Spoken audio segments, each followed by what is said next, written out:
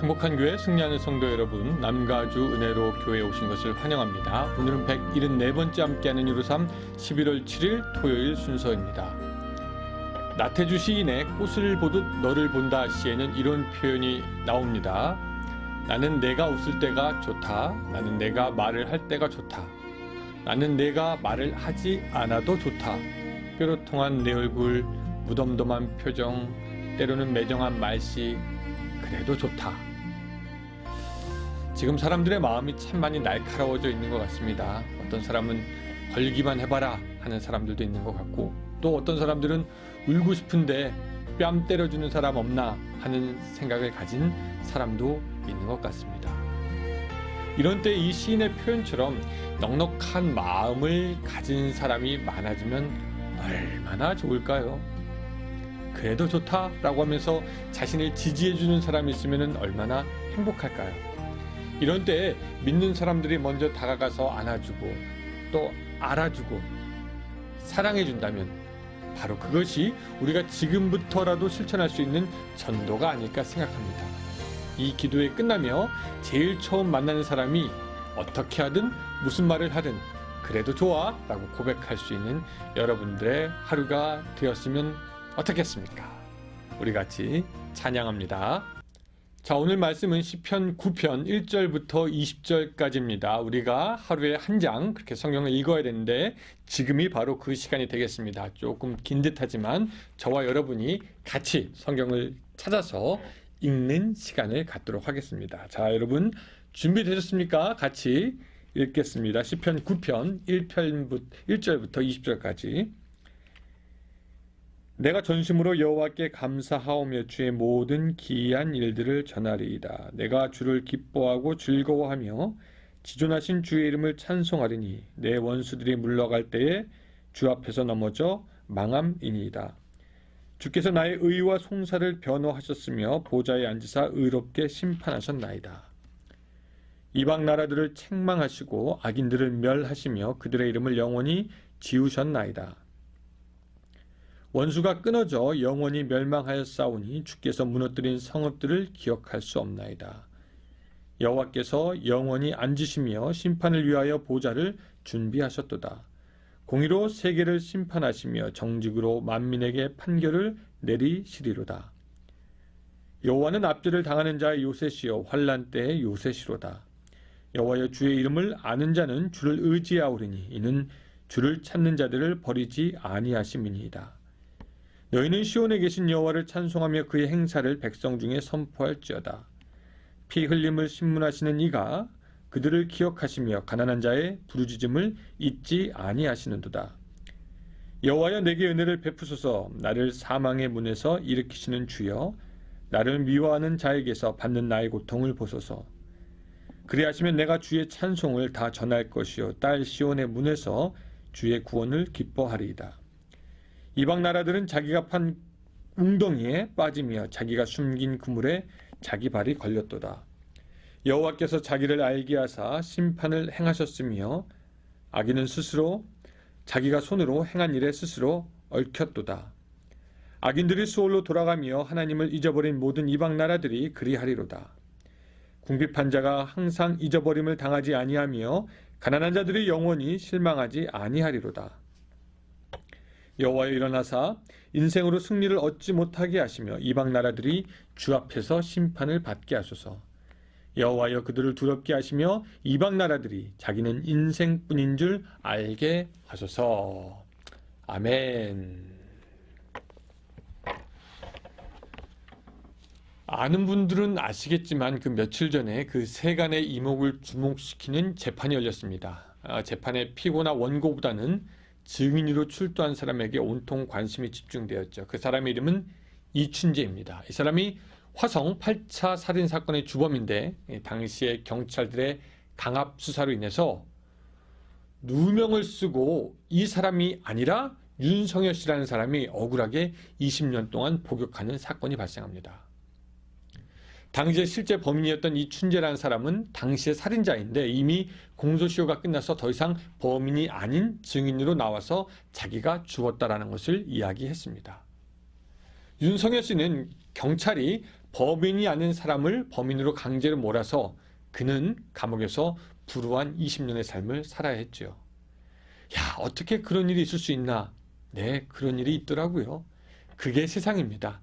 악이 살아있고 범죄가 꿈틀거리고 다들 자신들의 유익만을 위해서 다른 사람을 해하는 것도 마다하지 않는 곳이 바로 세상이고 바벨론의 실상입니다. 다윗은 윤석열 씨와는 조금 다른 케이스이긴 하지만 다윗도 억울함이 무엇인지 뼈저리게 알았습니다. 다윗은 사울왕을 힘껏 돕습니다. 그렇죠? 거기에는 사심도 없고 개인적인 이익을 챙기려고 했던 것도 아니었습니다. 그러나 이 사울왕의 질투는 사람들의 이목이 다윗에게 집중되는 것을 싫어했고 그로 말미암아 사울왕은 다윗을 죽이려고 쫓아다니기에 바쁩니다. 다윗은 그의 청춘의 좋은 때를 쫓겨다니면서 살아야 했고 죽을 위기에도 놓이게 됩니다.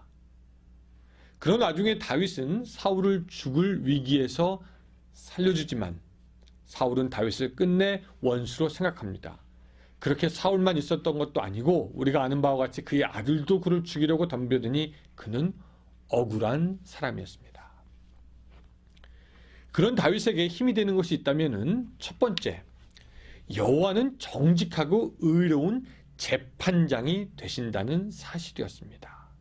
우리 하나님은 정직하고 의로운 재판장이 되신다. 그것이 이제 4절, 7절, 8절, 19절에 계속 나오는데 사실 그렇습니다. 우리가 무엇인가를 잘못해서 또 실수해서 내가 책임을 져야 하고 내가 수치를 당해야 한다면 그것은 견뎌야만 하는 것이고 또 견딜 수도 있습니다. 자기의 잘못에 대한 대가를 달게 받을 수 있죠. 그런데 문제는 내가 하지 않은 것, 내가 상관없는 것에 대해서 누명을 쓰거나 상대의 잘못으로 인해 내가 피해를 받을 때는 견디기가 결코 쉽지가 않습니다.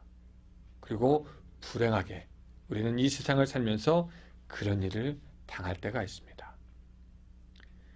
그때 우리에게 힘이 되는 사실이 있다면 우리의 하나님은 공평한 하나님이시며 악인에게는 그에게 합당한 벌을 내리시고 의로운 자를 구하시는 하나님이 있다라는 것입니다. 하나님은 의롭고 정의로운 재판관 대사, 악인을 벌하시고 오늘 하나님의 자녀를 구하십니다. 그러니까 사랑하는 성도 여러분, 우리가 우리의 손으로 원수를 갚을 수도 있겠지만 우리보다 훨씬 정의로우신 하나님의 재판을 기다릴 수 있다면 그것이 또한 우리에게 유익이 될 줄 압니다. 하나님은 당신의 사랑하는 성도들을 그냥 내버려 두시는 분이 아니십니다. 하나님의 때에 악한 자들과 원수들을 멸하시는 분이 바로 우리의 하나님이신 거죠. 오늘 나의 삶이 하나님 앞에 선한 양심과 행동으로 서 있다면 오늘 우리를 위해 정의롭지 못한 세상에서 정의로운 심판을 하시는 하나님을 믿고 기다릴 수 있는 여러분들이 되시기를 바랍니다. 두 번째, 우리의 하나님은 믿는 자들을 도우시는 하나님이십니다. 사실 본문의 반이 믿는 자들을 도우시는 하나님에 대해서 계속 이야기하는 부분이긴 하지만 특별히 12절과 18절을 보면 하나님은 누구를 도우시냐면 가난한 자의 부르짖음을 들으시며 가난한 자를 돕고 궁핍한 자를 잊지 아니하시는 분이 바로 우리의 하나님이십니다. 다시 말하면 하나님은 낮은 자들을 위하시는 하나님이 되시는 것입니다. 세상에 소망이 없고 세상에 기댈 데가 없고 세상에 아무런 미련이 없어질 만큼 그렇게 낮아 있는 자들을 위한 하나님이 바로 우리의 하나님이시고 여러분의 하나님이 되시는 겁니다. 오늘 여러분들이 그 마음이 하나님, 정말로 내가 낮아질 만큼 낮아졌습니다. 내가 갈 곳이 없고 설 곳이 없고 비빌 데가 없습니다. 그렇게 고백하시는 분들이 있습니까? 바로 그분들을 위한 하나님이 우리의 하나님이십니다. 그래서 사실 믿는 사람들은 줄을 잘 서야 합니다. 권력 있고 힘 있고 돈 있고 그런 세상의 사람들, 세상의 권세자들에게 줄을 설 것인가? 아니면 하나님이 함께 하시고 하나님이 잊어버리지 아니하시는 가난한 자, 궁핍한 자, 낮은 자들에게 그들 편에 설 것인가? 우리는 줄을 서야 됩니다. 출애굽 당시에 힘있고 부유한 바로의 편에 섰던 이집트 사람들을 비롯한 모든 사람들은 하나님의 징계를 피해가지 못했지만 노예였고 하층민이었던 이스라엘 백성들과 함께하며 하나님을 믿었던 사람들은 살아났을 것입니다. 그렇다면 여러분들은 지금 누구의 편에 서 있습니까? 누구와 함께 하기 원하십니까? 여러분, 낮은 곳에 있는 사람, 여러분보다 형편이 어려운 사람, 그런 사람에게 더욱 나아가는 것을 우리 주님이 우리에게 또한 기뻐하신 줄로 믿습니다. 왜? 하나님은 낮은 자의 편이시기 때문입니다. 또한 여러분들이 낮은 자라면 그 하나님을 더욱더 의지할 수 있으시기를 바랍니다. 하나님이 여러분들의 도움이 되십니다. 방패가 되십니다. 강한 성이 되시는 줄로 믿습니다. 오늘 말씀 정리하면 이렇습니다. 이 세상은 엉터리입니다. 어떻게 보면 힘 있는 사람은 법을 안 지켜도 되고, 돈 있는 사람은 법 위에 있고, 또 가난하고 궁핍한 사람들은 더 가난해져 가고 더 불행해 갑니다. 소위 양극화라는 자본주의의 병폐가 사람들을 더욱 고통으로 몰아넣습니다. 여러분, 이런 때에 우리 하나님은 공평과 정의로 다스릴 것이며 또한 약한 자와 없는 자의 편에서 서서 싸우실 겁니다. 이러한 시대에 우리는 어떻게 살아야 하는가? 하나님의 정의의 심판을 믿으시기 바랍니다. 하나님이 판단하실 것입니다. 그뿐만 아니라 정의와 낮은 자들의 편에서 하나님과 함께 호흡하며 같이 움직이며 하나님의 나라를 만들어가는 그런 예수님의 제자들이 될 수 있으시기를 주님의 이름으로 축원합니다. 기도하겠습니다. 주님, 오늘 본문에서 하나님은 의롭고 정의로운 재판장 되십니다. 하나님, 우리의 마음을 먼저 살피시고 또 우리를 괴롭게 하는 그런 원수들이 있다면은 하나님께서 판단하여 주시옵소서. 악인에게 합당한 벌을 주시고 죽게 피하는 모든 자들에게 상을 주시오며 하나님의 보호하심으로 보호받게 하여 주시옵소서. 또 하나님은 낮은 자의 하나님, 가난한 자의 하나님, 궁핍한 자의 하나님이심을 우리가 다시 한번 기억합니다. 우리가 낮습니까? 궁핍합니까? 가난합니까?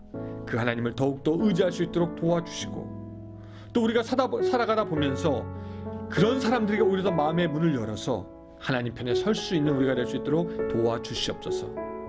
세상의 권력으로 오만하여져서 하나님을 떠난 자들과 같이 하지 않도록 도와주시고, 악한 자들과 발걸음을 끊을 수 있도록 도와주시고, 오히려 하나님이 기뻐하시는 곳에 머물면서 하나님과 동행하는 오늘 하루가 될 수 있도록 도와주시옵소서.